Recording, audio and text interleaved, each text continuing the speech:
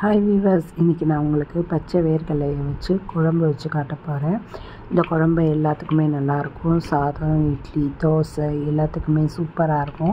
இது நல்லா டேஸ்ட்டாகவும் இருக்கும். வாங்க எப்படி செய்யலான்னு பார்க்கலாம். அதுக்கு முதல்ல ஜாரில் 2 தக்காளி எடுத்துக்கோங்க. அது பொடியை நறுக்கி போட்டுக்கோங்க.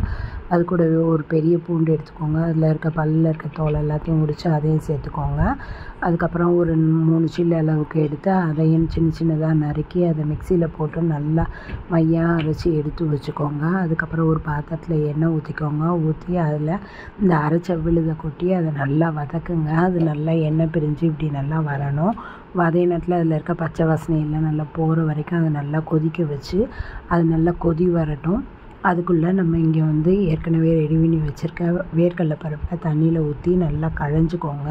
கழுவிட்டு அதை இந்த கொதிச்சுக்கிட்டு இருக்க அந்த தக்காளி கலவையோடு சேர்த்து போட்டு அதையும் நல்லா வதக்குங்க.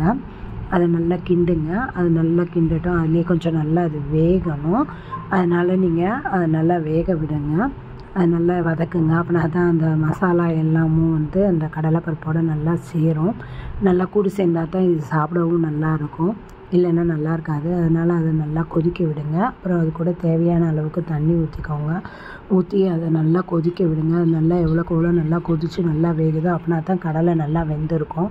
கடலை வேகாமல் இருந்தால் பச்சையாக நறுக்குன்னு இருக்கும். அதனால் அதை நல்லா வேக விடுங்க. அது வேகிறதுக்குள்ளே அது கூடவே நம்ம கொஞ்சம் 1 ஸ்பூன் அளவுக்கு மஞ்சப்பொடி போட்டுக்கோங்க. ஒரு 2 ஸ்பூன் அளவுக்கு கரம் மசாலா பொடி போட்டுக்கோங்க. அதுக்கப்புறம் தேவையான அளவுக்கு உப்பும் போட்டுக்கோங்க. ஒரு 1/2 ஸ்பூன் வெந்தயம் போட்டுக்கோங்க. வெந்தயப்பொடி ரொம்ப கூடிடாமல் பார்த்துக்கோங்க. ஏன்னா வெந்தயப்பொடி ரொம்ப கூடிடுச்சுன்னா அதுக்கப்புறம் அது குழம்பு கசப்பாயிடும். அதனால் அதை கொஞ்சம் குறைச்சி போடுங்க. அது மீடியமாக போட்டாலுமே போதும். இது சும்மா ஒரு வாசத்துக்காக தான் நம்ம போடுறோம். இது டேஸ்ட்டும் நல்லாயிருக்கும். அதுக்காக தான் போடுறோம். போட்டு அது நல்லா கொதிச்சதுக்கப்புறம் அதில் கொத்தமல்லி தலையை தூவி அது தனியாக எடுத்து வச்சுருங்க. அதுக்கப்புறம் ஒரு பாத்திரத்தில் எண்ணெய் ஊற்றிக்கோங்க. ஊற்றி அதில் சின்ன வெங்காயத்தை பொடியை நறுக்கி போடுங்க. நறுக்கி போட்டு அது நல்லா ப்ரௌன் ஆகிற வரைக்கும் அதை நல்லா வதக்குங்க. இது நம்ம எப்போ பாரு கடலப்பருப்பை வச்சு சட்னி, கடல மிட்டாய் அந்த மாதிரி செய்யறதுக்கு இப்படி ஒரு டிஷ்ஷாக இப்படி ஒரு சாப்பாட்டுக்கு சூப்பராக ஒரு குழம்பு வச்சு சாப்பிட்லாம். இது நல்லாவும் இருக்குது.